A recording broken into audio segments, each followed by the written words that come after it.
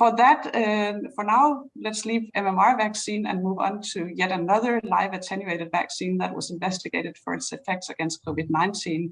We will move on to oral polio vaccine, and I'm very happy to present Professor Prof Fisker from the Bandem Health Project at University of Southern Denmark, who will present the results of the Guinea-Bissau oral polio vaccine trial. Welcome, Ane. Thank you. Yes, so my presentation will take us to another vaccine and another setting. We're going to the Bandem Health Project.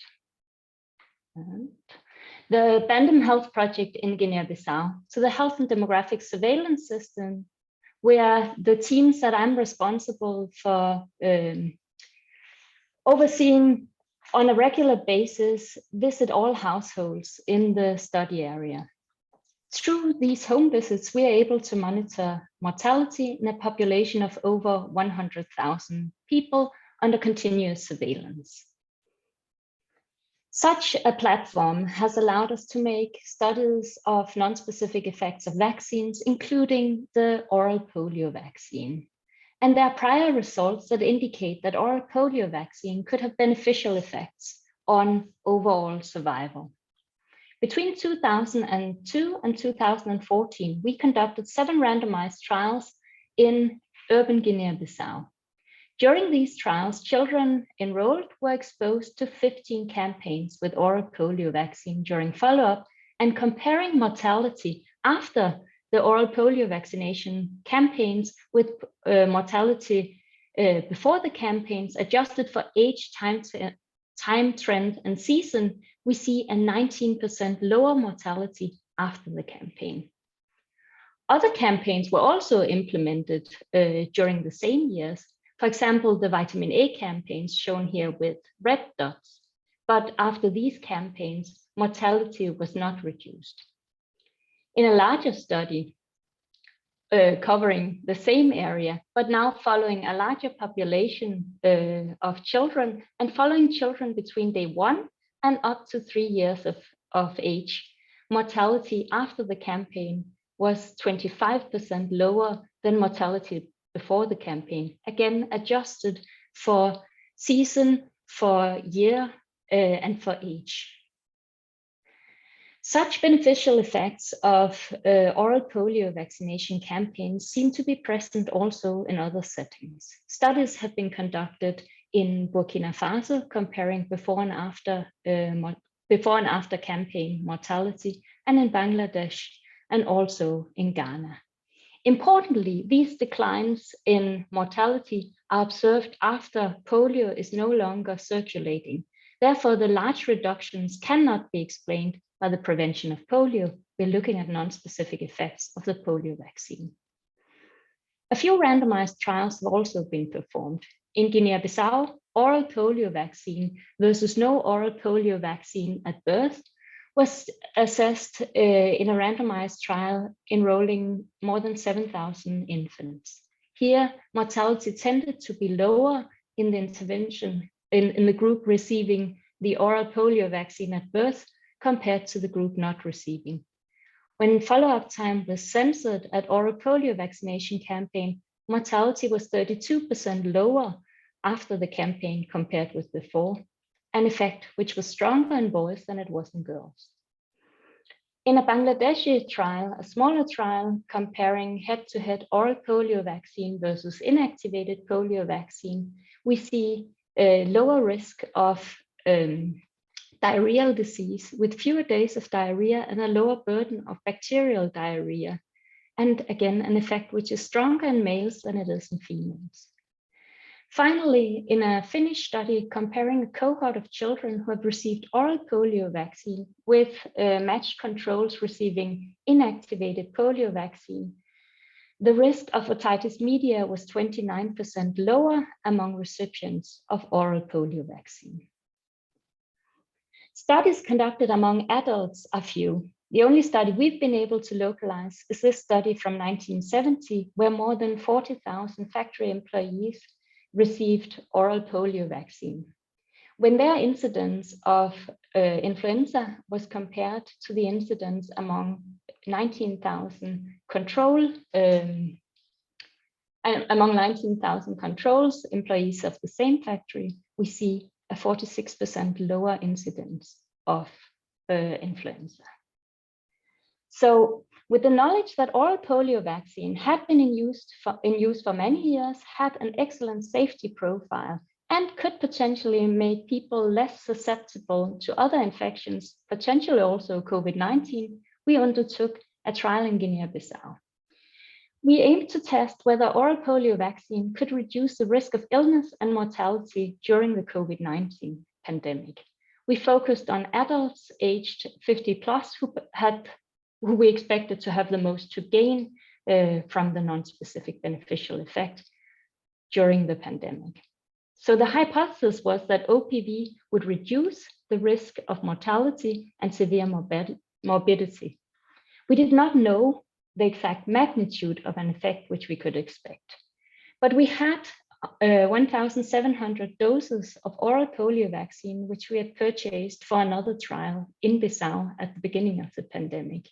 And we estimated that with 1,700 individuals in the intervention group and a similar number in the control group, we would have 80% power to detect a significant effect of oral polio vaccine if the real reduction was a 28% reduction in severe morbidity, and if the rate in the control group was a 10%. So what we did was randomize all the houses in the urban study area into two groups, an intervention group and a control group, using computer-generated random numbers. We then extracted the list of participants or potential participants from the HDSS databases to a separate data set, cross-linked this data table with the generated randomization table, and used that to produce enrollment forms, which we brought to the field. In the field, a team of 2 assistants visited each household, a team of an assistant, a field assistant, and a nurse. Visits were conducted outside, typically on the veranda of the house. Our fields were maintaining physical distance during the interviews, and first informed the potential participant about the trial, that it was an oral polio vaccine, a vaccine which had long been used in the vaccination program, but that we did not know whether the vaccine could reduce the risk of COVID. They were informed also that participation was voluntary, that whether they accepted or declined the invitation to participate in the trial would not affect their relation with the Bandim Health Project, and that they would have access to the same infrastructure, health infrastructure, regardless of whether they chose to participate or not. So provided that they consented to participate, we then conducted an interview of the health status, focusing on chronic illness, prior admissions, and on current intake of medicine. Then we assessed the nutritional status using a visual scale, and we assessed whether the participant had vaccination scars, looking both at the BCG vaccination scars and also at the smallpox scars. We did not invite people to participate who had current acute illness, signs of immune suppression, prior confirmed COVID-19, or paralysis or past paralysis. And this was to avoid problems with interpreting a recurrent event and due to the fear of mistaking this for a side effect to the vaccine. In the intervention group, participants then received a bivalent oral polio vaccine as a single dose of vaccine. We administered the vaccine on a sugar lump and gave it to the participant using a single-use spoon. In the control group, we did not provide any intervention. No placebo was used due to the pandemic. It was not possible to have placebo produced and shipped to Bissau. All participants were followed up through telephone interviews. These were conducted every 4 weeks, and we called in all participants and asked about symptoms shown there in the box, also asking about whether the participant had taken any other medicine than habitually, whether there had been weight loss, whether they have sought consultations, had been admitted to hospital, and whether COVID tests had been performed. All individuals who were invited to participate in the trial were also informed that they could seek health center consultations free of charge at 2 health centers in the study area. At the health centers, the health staff kept a list of everybody who sought consultations, listing their study number, listing the date of contact and the name. This was used for reimbursing the health center for the expenses for the consultation, and it was also the list which we used to search the consultation books kept at the health center, thereby localizing the record corresponding to the consultation and extracting information on symptoms, tests, diagnosis, and which treatment was performed. Finally, all individuals were also followed through our health and demographic surveillance system for mortality. The primary outcome was a composite outcome, composed of death due to any cause, hospital admission for infection, or a recorded consultation at one of the 2 health centers with free consultations. All outcomes were assessed during a follow-up period of 6 months. As secondary outcomes, we considered the separate components of the primary outcomes and other measures of infectious disease morbidity. The one I'll focus on today is self-reported infectious disease symptoms, which is any of the symptoms listed with an X in the box here.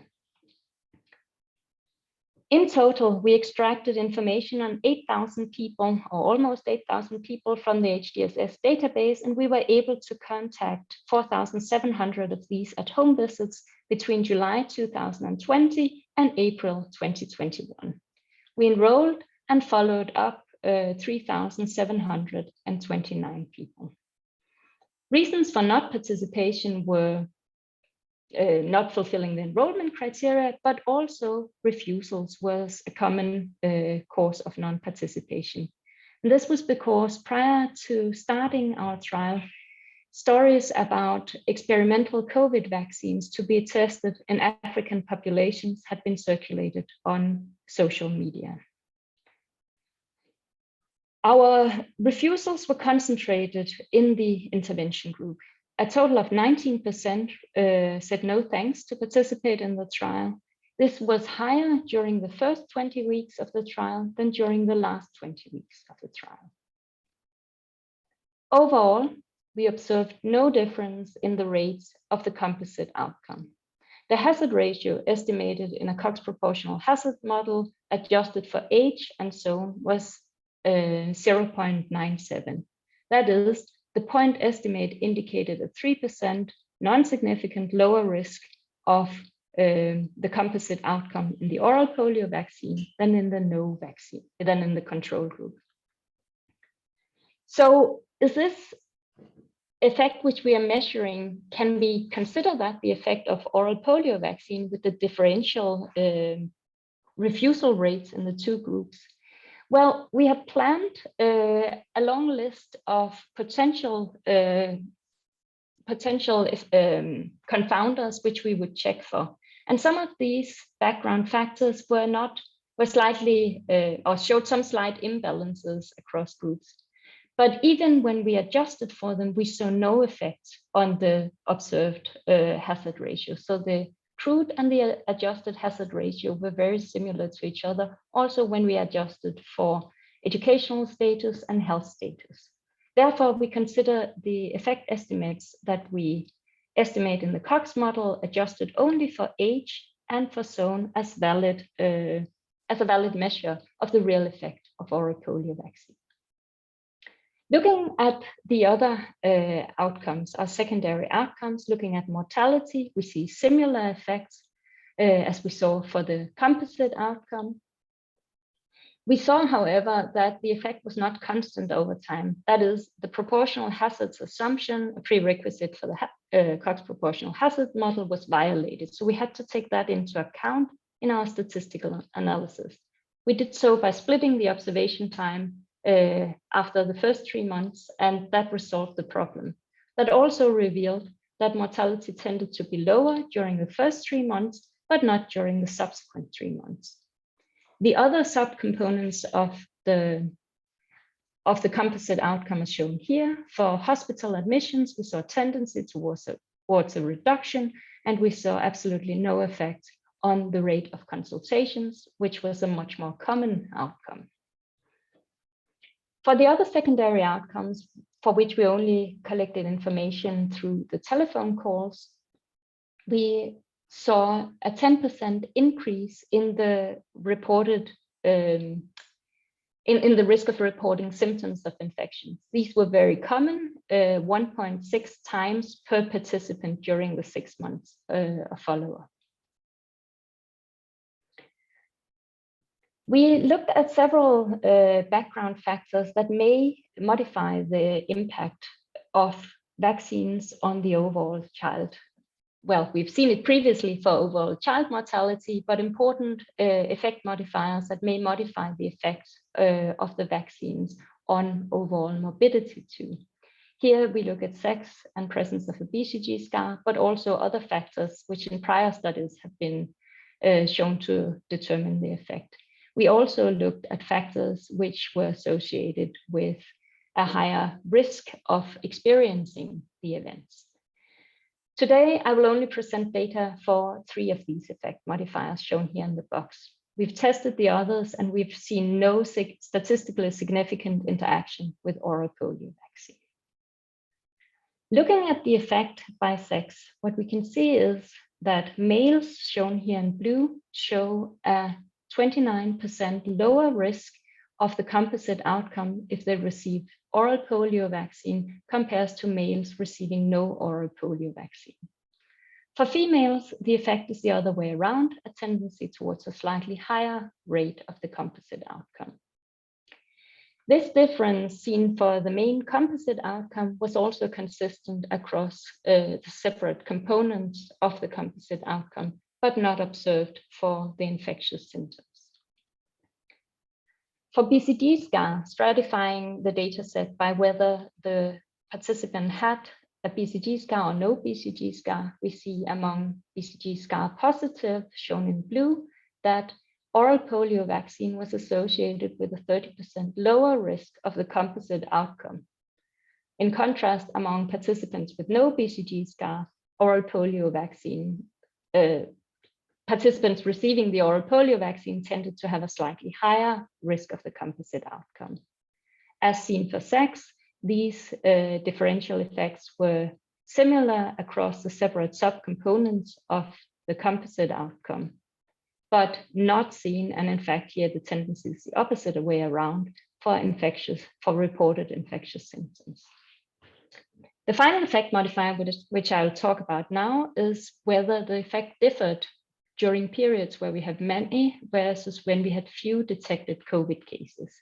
So we subdivided the period of observation into time bands with low and higher COVID-19 transmission.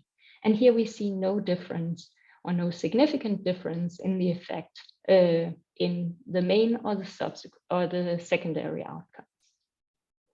So in summary, we observed no overall effect of oral polio vaccine on the composite outcomes.